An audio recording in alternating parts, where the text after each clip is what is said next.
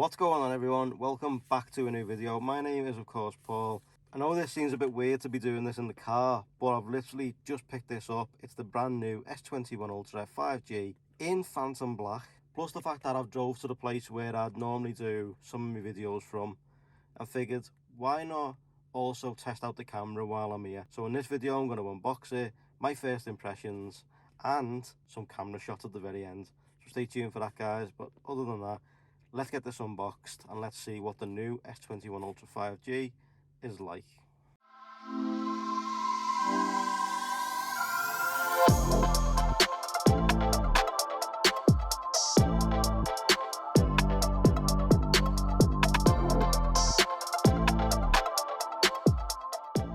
So as I'm in the car, I haven't got the trusty unboxing knife, so I'm going to have a go with the car keys to see if I can unbox this. So let's drop it in and cut the seal. Job hopefully is a good one. There we go. You got phone front and center, but I'll put that to one side for now. We'll come back to it. So you get your Samsung box inside the box. Nothing else inside here now. Now when Apple done this, Samsung took the mick a little bit, but now they've gone and done it themselves, which obviously, you know, is the way to do things. But you get your quick start guide and your warranty information, and you also get your USB-C to USB-C cable. No charging brick this time, same as Apple, and same as the way probably most other manufacturers are now going to go. And on the back you get your SIM ejection tool. So I'll place this to one side just for now because I'm going to need the SIM ejection tool. And there we go, there is the new Samsung Galaxy S21 Ultra in Phantom Black. Now obviously we need to take the covers off the camera and the cover off the back, but I haven't got a case for this just yet. I have got a case video coming up soon, and my case should be here tomorrow, I believe. Let's go ahead and let's peel these off.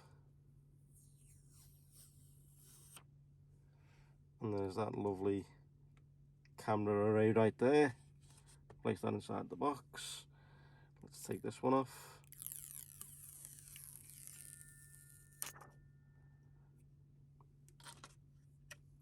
And of course, let's take the little sticker off the back because we don't need that. I've got to say, that's a really nice looking phone. On the very front of the phone, you also get another screen protector, and I believe there's a screen protector under the screen protector. So we peel that off like so. Place that inside the box. And yes, there is another Samsung screen protector on there. Let's go ahead, let's turn it on. Obviously you do get the bits around the side too, to obviously protect the sides of the phone, but Samsung Galaxy, let's peel these bits off too while we're here.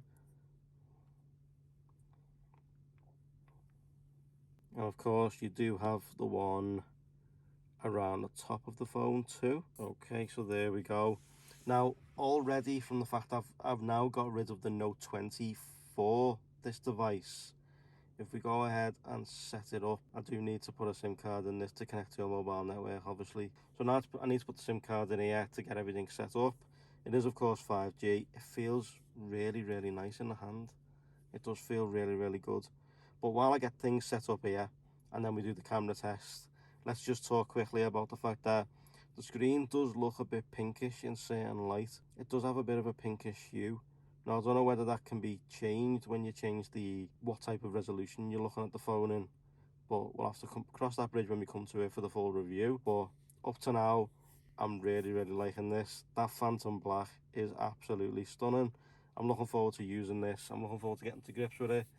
For now, I'm gonna, as I say, I'm gonna set things up and then I'll be right back. It feels really good without a case on it, but I just can't risk damaging that Phantom Black colour. Okay, now I was gonna get out and obviously get some of the shots with the phone, but it's absolutely starting to lash down right now.